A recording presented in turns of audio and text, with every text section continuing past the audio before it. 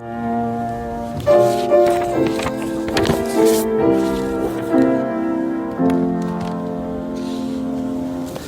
나눌 하나님의 말씀은 창세기 42장 1절로 17절입니다.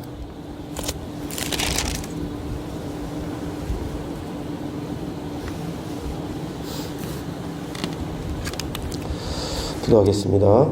그때 야곱이 애굽에 곡식이 있음을 보고 아들들에게 이르되 너희는 어찌하여 서로 바라보고만 있느냐?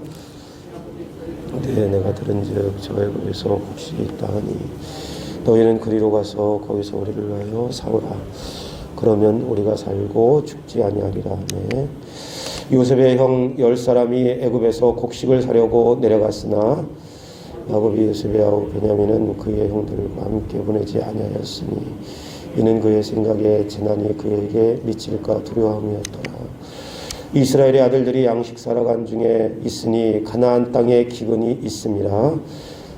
요셉이 나라의 총리로서 그 땅 모든 백성에게 곡식을 팔더니 요셉의 형들이 와서 그 앞에서 땅에 엎드려 절하며 요셉이 보고 형들인 줄 아나 모르는 체하고 엄한 소리로 그들에게 말하여 이르되 너희가 어디서 왔느냐? 그들이 이르되 곡물을 사려고 가나안에서 왔나이다. 요셉은 형들을 알아봤으나 그들은 요셉을 알아보지 못하더라. 요셉이 그들에게 대하여 꾼 꿈을 생각하고 그들에게 이르되 너희는 정탐꾼들이라 이 나라의 틈을 엿보려고 왔느니라. 그들이 그에게 이르되 내 주여 하나님 당신의 종들은 곡식을 사러 왔나이다. 우리는 다 한 사람의 아들로서 확실한 자들이니 당신의 종들은 정탐꾼이 아니니이다. 요셉이 그들에게 이르되 아니라 너희가 이 나라의 틈을 엿보러 왔느니라. 그들이 이르되 당신의 종 우리들은 12형제로서 가나안 땅 한 사람의 아들들이라. 막내 아들은 오늘 아버지와 함께 있고 또 하나는 없어졌나이다. 요셉이 그들에게 이르되 내가 너희에게 이르기를 너희는 정탐꾼들이라는 말이 이것이니라. 너희는 이같이 하여 너희의 진실함을 증명할 것이라. 바로의 생명으로 맹세하노니 너희의 막내 아우가 여기 오지 아니하면 너희가 여기서 나가지 못하리라. 너희 중에 하나를 보내어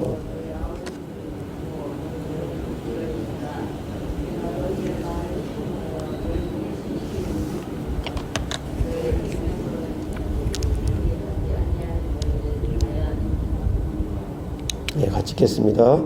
그들을 다 함께 3일을 가두었더라. 아멘. 오늘 우리가 읽은 창세기 42장 1절로 17절에 있는 본문의 말씀을 통해 한 사람의 아들들이라고 하는 제목으로 함께 은혜를 나누길 원합니다. 우리가 살펴보았던 것처럼 바로가 꾼 꿈에 대해서 하나님께서 요셉에게 주신 은사를 따라서 요셉이 명쾌하게 바로에게 준 꿈을 해석한 이후에 요셉은 한순간에 애굽의 최고의 실력자가 되었습니다. 그럼에도 불구하고 그런 실력자가 되고 신분이 변화되었음에도 불구하고 하나님께서 요셉을 통해 그려내는 것은 그런 환경이 변화되고 또 신분이 변화되었음에도 불구하고 요셉 한결같이 하나님의 뜻을 추구하고 그 중심에 하나님을 모시고 살았던 그런 사람임을 하나님은 말씀 가운데 우리에게 잘 말씀하고 있습니다. 그러는 때에 여기 요셉이 꾼 꿈의 해석대로 애굽 땅에 7년의 흉년이 들었는데 그때 어떤 일이 벌어졌느냐? 7년 흉년 때의 1절부터 오늘 우리가 읽었던 5절 말씀에 좀 보시면 그때 야곱이 애굽에 곡식이 있음을 보고 아들들에게 이르되 너희는 어찌하여 서로 바라보고만 있느냐? 야곱이 또 이르되 내가 들은즉 저 애굽에 곡식이 있다 하니 너희는 그리로 가서 우리를 위하여 사오라. 그러면 우리가 살고 죽지 아니하리라 하매. 여기 요셉이 꿈을 꾼 대로 그리고 그것을 해석한 대로 바로가 꿈을 꾸고 그것을 요셉이 해석한 대로 7년의 풍년이 임했고 그리고 풍년이 지난 후에 여기 7년 기근이 임했습니다. 그 기근은 애굽과 그 주변의 나라들뿐만 아니라 여기 야곱의 가정이 머무르던 약속의 땅에도 예외가 되지 않았습니다. 약속의 땅에도 기근으로 인하여 큰 어려움에 처했는데 이 당시에 이 기근이 얼마나 큰 어려움이고 여기 고난이었는가? 창세기 47장에 우리가 함께 또 나누겠지만 창세기 47장에 보면 이 당시 7년의 기근이 얼마나 고통스러운가를 어떻게 말씀하고 있느냐. 그 당시에 물질을 이 애굽에 있는 사람들뿐만 아니라 이웃 나라에 있는 사람들도 물질을 전부 가져와서 돈을 전부 가져와서 여기 애굽의 바로에게 양식을 사야 했고, 그리고 물질이 떨어지자 여기 47장 17절 말씀에 보면 짐승을 끌고 와서, 그 당시에 짐승은 그 재산들 최고의 재산 목록이겠지요.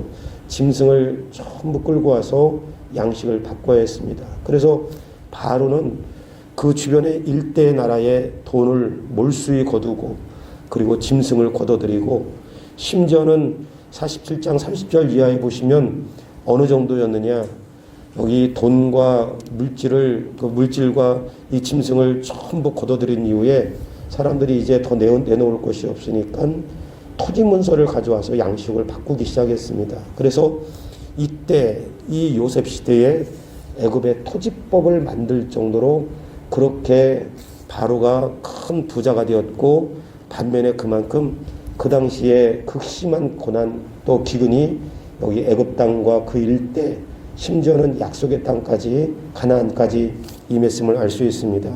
그래서 오늘 요셉의 형제들이 양식을 구하러 애굽에 내려오는데, 오늘 이 기근, 애굽 사람들에게만 임한 기근이 아니라 약속의 땅 가나안 땅에 임한 이 기근으로 인하여서 야곱의 가족들도 큰 고통 가운데 여기 있는데, 이 고난과 고통, 이 기근은 한편으로 보자면 극심한 고난이었고 고통이었습니다. 그러나 큰 역사적인 틀에서 보자면 이 기근, 7년 동안 임한 극심한 기근, 이 고난은 하나님께서 아브라함에게 약속하신 번성의 축복을 이루는 그 첫 단추였습니다. 우리가 잘 아는 것처럼 창세기 12장 1절 말씀에 보면 여호와께서 아브라함에게 이르시되 너는 너의 고향과 친척과 아비 집을 떠나 내가 내게 보여줄 땅으로 가라. 내가 너로 큰 민족을 이루고 내게 복을 주어 내 이름을 창대하게 하리니 너는 복이 될지니라. 너를 축복하는 자에게는 내가 복을 내리고 너를 저주하는 자에게는 내가 저주하리니 땅의 모든 족속이 너로 말미암아 복을 얻을 것이니라. 땅에 대한 축복과 축복의 약속과 민족 번성에 대한 약속을 하나님께서 아브라함에게 주셨는데, 그것이 심의해졌으나 여기 오늘 기근이 어떤 역할을 했냐면, 이 기근 때문에 결국은 야곱의 아들들이 애굽에 내려가고, 그리고 이 일을 시작으로 해서 70명의 야곱의 여기 또 요셉의 형제들, 그 가족들이, 히브리인들이 애굽에 내려가서 결국은 그 애굽 땅 고센 땅에 머물게 되었고, 그 고센 땅에 머물게 된 여기 70명이 400년 동안, 물론 그 애굽의 속박 가운데 있었지만 그 애굽의 속박이 히브리인들에게, 이스라엘 백성들에게 울타리가 되어서 400년 동안 200에서 300만이 되는 민족으로 번성이 되는 그런 축복을 얻게 된 것입니다. 지금 당장은 이 고난이 물질과 짐승과 토지 문서를 전부 다 여기 양식을 얻는데 바꿔야 할 만큼 극심한 고통이고 고난이었지만, 하나님의 큰 섭리의 틀 속에서 보자면 하나님께서 약속하신 번성의 축복이 이루어지는 그 시작이었습니다. 오늘 이와 같은 말씀 가운데 우리에게 주시는 하나님의 영적인 원리가 있다면, 시편 119편에 다윗은 이런 고백을 했습니다. 시편 119편, 이 말씀을 한번 찾아서 한번 읽어보겠습니다. 시편 119편에 보면 다윗은 어떻게 고백을 하고 있는가, 이 고난에 대해서 여러 말씀이 있지만 시편 119편 69절 말씀에 보면 67절,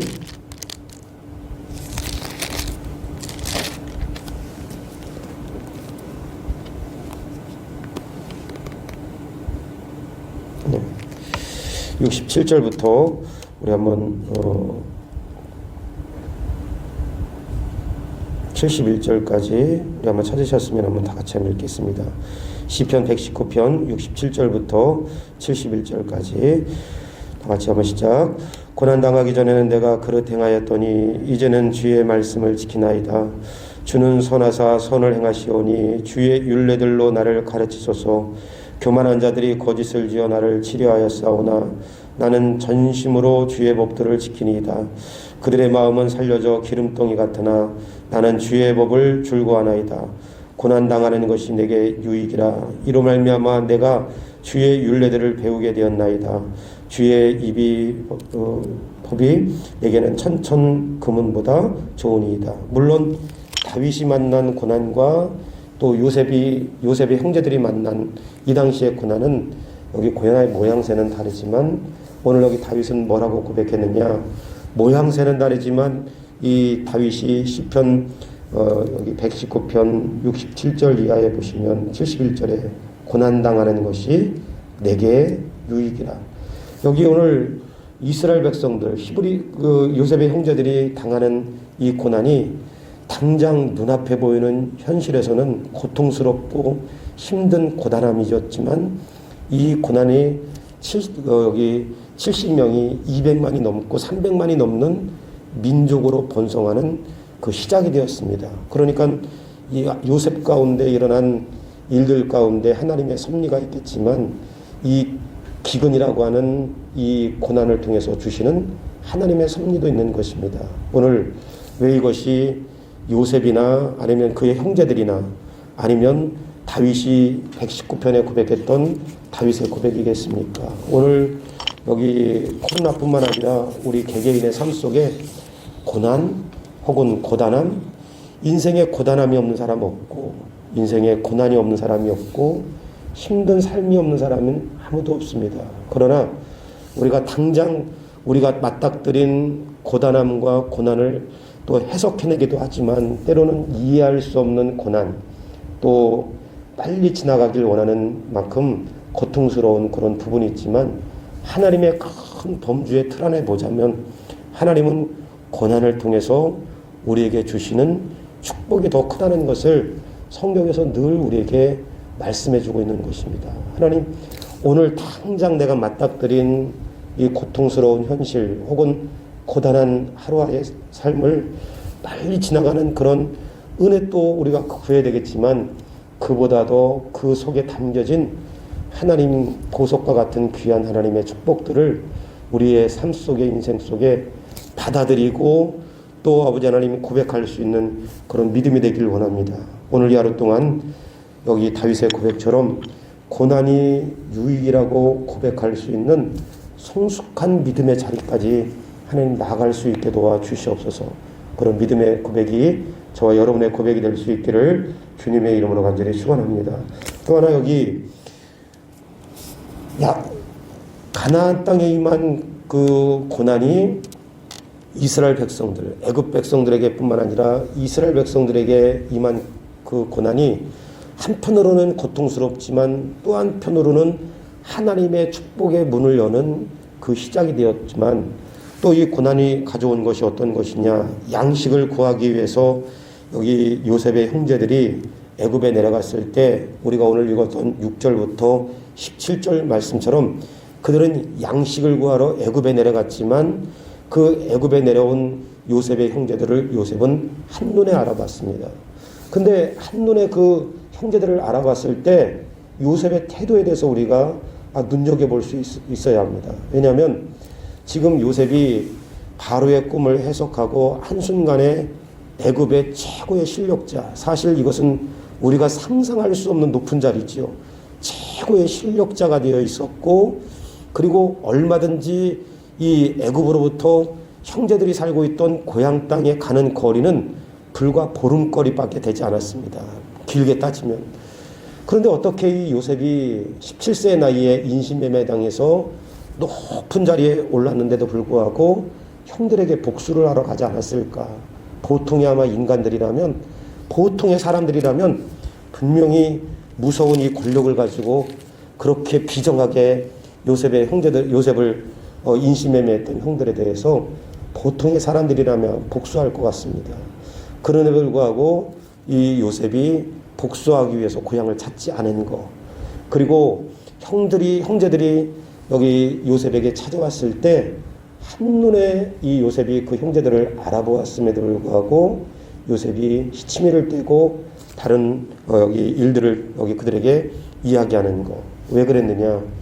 요셉은 이 행간 속에 다 담아내고 다 기록하지 않았지만 요셉 나중에 고백에 형들 앞에 자신을 밝힐 때 이 모든 일들이 하나님의 섭리라는 것을 인정한 사람이고 이것 하나님의 섭리였다는 것을 이야기한 사람입니다. 그러니까 요셉이 경고망동하지 않고 오만방자하지 않은 것은 자기가 높여진 것도 하나님의 섭리라는 것을 알고 있었고 그리고 그 섭리 속에 담겨진 하나님의 뜻을 여기 요셉이 얼마인지 모르지만 깨달고 알고 있었기 때문에 그렇습니다. 그래서 하나님께서 뜻이 있어서 이렇게 높여줬고 그래서 형제들이 요셉을 찾아왔을 때 요셉이 그 형제들을 한눈에 알아보고 요절내지 않은 것이 아니라 그 형제들에게 어떤 것을 기억하게 했느냐, 그들 여기 스스로가 자신들의 이 죄가 무엇인지를 드러나게 했던 것입니다. 그래서 오늘 매일 성경에도 잘 나와 있는데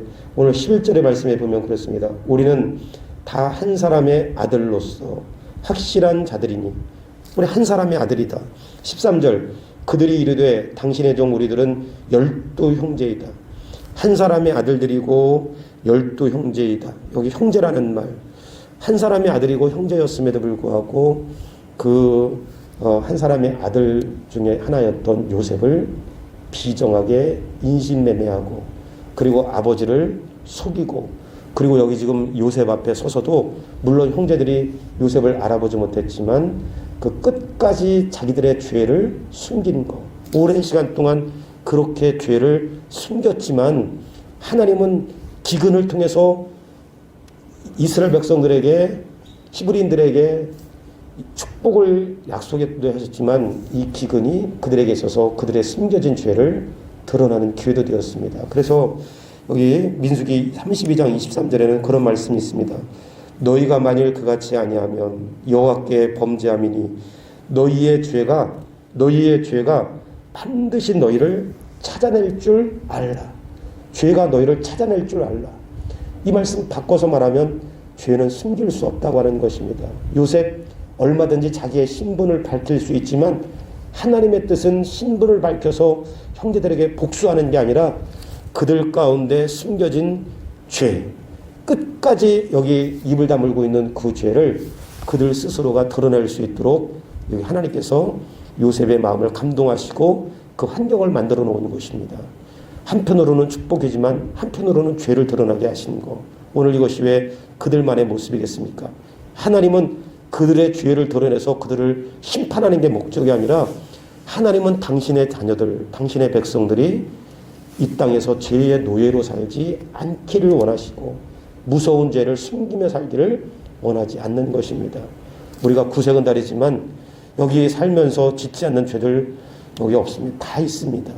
남들에게 드러나지 않을 뿐이지. 그러나 하나님은 요셉의 형제들도 죄의 노예로 살기를 원하시지 않지만 오늘 구원받은 우리 한 사람 한 사람도 이 땅에서 죄의 노예로 살기를 원하지 않습니다. 하나님은 그 죄가 다 드러나기를 원하시고 그 죄의 속박으로부터 우리가 또 죄의 패턴으로부터 우리가 자유하기를 원하신다는 것입니다. 하나님 오늘 이 하루 동안 내가 꽁꽁 숨겨놓은 죄가 있더라도 그 죄를 하나님 앞에 솔직히 드러내게 도와주시고 내가 죄의 속박이나 죄의 패턴에 갇혀 사는 하루가 아니라 죄로부터 자유하고 하나님의 자녀답게 살아가는 하루의 삶이 되기를 원합니다. 이런 믿음의 고백이 저와 여러분의 고백이 되기를 주님의 이름으로 간절히 축원합니다. 말씀을 기억하시면서 함께 기도하실 때 하나님 오늘 이 하루 동안 고난이 내게 유익임을 믿음으로 고백할 수 있게 하나님 도와주시고 내 안에 숨겨진 죄를 하나님 앞에 고백하며 죄의 노예로 살지 않게 도와주시고 죄로부터 자유한 삶을 살게 도와주옵소서. 같이 위해서 기도해 주시고 우리 기도 쪽지에 보시면 더 정확하게 나와 있는데 여기 환우들의 이름들이 쭉 나와 있습니다. 우리 함께 어려운 때 또 더 같이 기도해 줘야 될 분들입니다. 여러분 생각날 때마다 환우들을 위해서 기도해 주시고 육신의 질병만이 아니라 코로나 때문에 마음의 질병을 가지고 있는 분들이 의외로 많다고 합니다. 마음의 질병으로부터 자유할 수 있도록 기도해 주시고, 태국의 이상계 박옥자 선교사님, 특히 박옥자 선교사님 우리 치료 잘 받고 일선 선교지로 복귀할 수 있도록, 우리 수요예배 함께 드리지 못하지만 가정에서 가정 예배지로도 함께 예배할 수 있도록 몇 가지를 나눠서 잠깐 기도하겠습니다. 좋으신 아버지 하나님, 은혜를 감사합니다. 오늘 하루 동안도 하나님 성령으로 충만하게 도와주시고, 주여 하나님 아버지, 우리가 당하는 고난이 아버지 단순히 고통받는 아버지 하나님의 시간만이 아니라 하나님의 축복의 문을 여는 시간임을 우리가 믿음으로 아버지 하나님을 받아들이는 성숙한 믿음의 자리까지 우리가 나갈 수 있도록 주여 은혜를 더하여 주시옵소서. 아버지 하나님의 주님, 요셉의 형제들 가운데 숨겨진 죄를 드러내게 하신 것처럼 아버지 하나님의 주여, 하나님 죄를 숨길 수 없음을 우리가 꼭 기억하게 도와주시고, 아버지 하나님의 주여, 너희의 죄가 반드시 너희를 찾아낼 줄 알라고 말씀하시는 것처럼 우리가 죄의 속박에 살지 않게 도와주시고, 죄의 패턴 가운데 갇혀 살지 않게 도와주시옵소서. 우리 연약한 하나들 한 분 한 분을 다 기억하여 주시고, 주여 하나님 아버지, 치료의 은혜가 임할 수 있게 도와주시옵소서. 아버지 하나님의 주님, 육신의 질병만이 아니라 마음의 아버지 하나님의 주여, 눌린 자들 아버지 하나님의 찾아가 주셔서 위로하여 주시고 격려하여 주셔서 육신의 질병과 마음의 질병, 신앙의 질병으로부터 건강하게 일어설 수 있게 하나님 도와주시고 인도하여 주시옵소서. 이상계 박옥자 선교사님 하나님 붙들어 주시고, 아버지 하나님의 주여, 이제 검사와 치료가 잘 이루어져서 일선 아버지 하나님의 주님 선교지로 복귀하는데 어려움 당하지 않게 도와주시고, 오늘 수요 예배지만 예배드리지 못하는 이 환경 가운데 놓여 있습니다. 아버지 하나님의 주여, 가정에서라도 말씀을 가까이 오게 도와주시고 경건에 이르는 연습 게을리하지 않게 하나님 앞으로 붙들어주시고 인도하여 주시옵소서. 예수님의 이름으로 간절히 기도합나이다. 좋으신 아버지 하나님, 우리가 당하는 현실의 고난들, 눈앞에 보이는 그 고난 때문에 아버지 하나님의 주여 낙심하고 절망하지 않게 도와주시고, 또 고통스러운 현실 가운데 그것이 지나가기만을 급급히 구하는 하루의 삶이 아니라 고난 속에 담겨진 하나님의 비밀하신 뜻들을 우리가 아버지 하나님의 주여 깊이 깨달는 지혜를 얻게 해 주시고, 고난 뒤에 주시는 하나님의 놀라운 축복을 기대할 수 있는 믿음의 성도들이 다 될 수 있도록 은혜를 더하여 주시옵소서. 아버지 하나님, 신명기의 민수기의 말씀처럼 너희의 죄가 반드시 너희를 찾아낼 줄 알라 그랬습니다.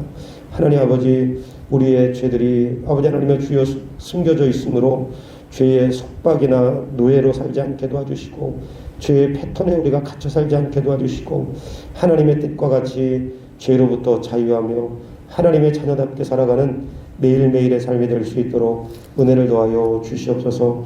바라옵기는 우리 연약한 환우들이 있습니다.